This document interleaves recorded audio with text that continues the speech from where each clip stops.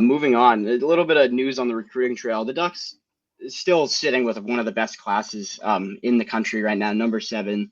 They've got 17 commits on the 17 players committed to come here next season. Where are you at with this class right now, and in the way things are heading into the recruiting? You feeling things are still heading in the right direction for the Ducks on the recruiting trail? Yeah, I mean, absolutely. We talked about this more in depth a little bit. We got a long form video that you can go check out if you're interested in our extended thoughts. But yeah, we understand that they're shooting for quality over quantity, Mm-hmm. and that as some people say, stars matter, and that they've got a lot of stars in this class. Yeah, I'm more than satisfied. I think they've proven themselves. I will be curious to see, what this class looks like once it gets added to from the transfer portal.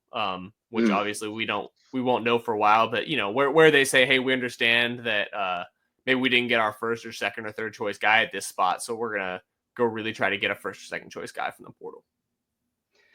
Yeah, absolutely. The thing with the Ducks right now is they like you said, it's building that quantity over the quality. And so they're sitting at 17 guys, but they're still trying to get a few more guys and try to round this out probably around a number in the low 20s. So some interesting things I've read recently that they're still kind of going after guys and trying to flip guys like Ryder Lyons, a guy they were in the top 2, I think, for a quarterback who's now committed to BYU, but uh, the Ducks and the Ducks staff and Ryder Lyons are still in communication. It sounds like I think he'll be there for a game this season.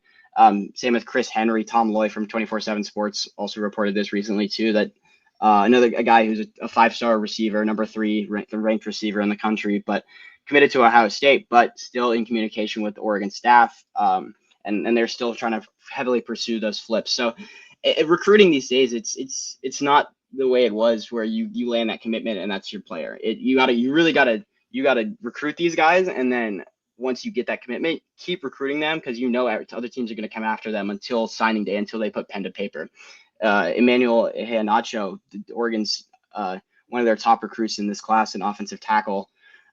He'll be at a bunch of games this season for the Ducks. I think he said he'll be at 4 different games, but he's still going to be taking. He was Penn State was one of those other teams that he was looking at. He's going to be there for that Penn State or Oregon when Oregon heads to Penn State. He's also going to be going to some LSU games. So Oregon's got to make sure you're not letting those teams sneak up behind you and kind of be able to steal those recruits at the last second. So I like the way things are heading with this class for sure, but definitely just keeping things locked down as we head down the stretch towards December and towards signing day.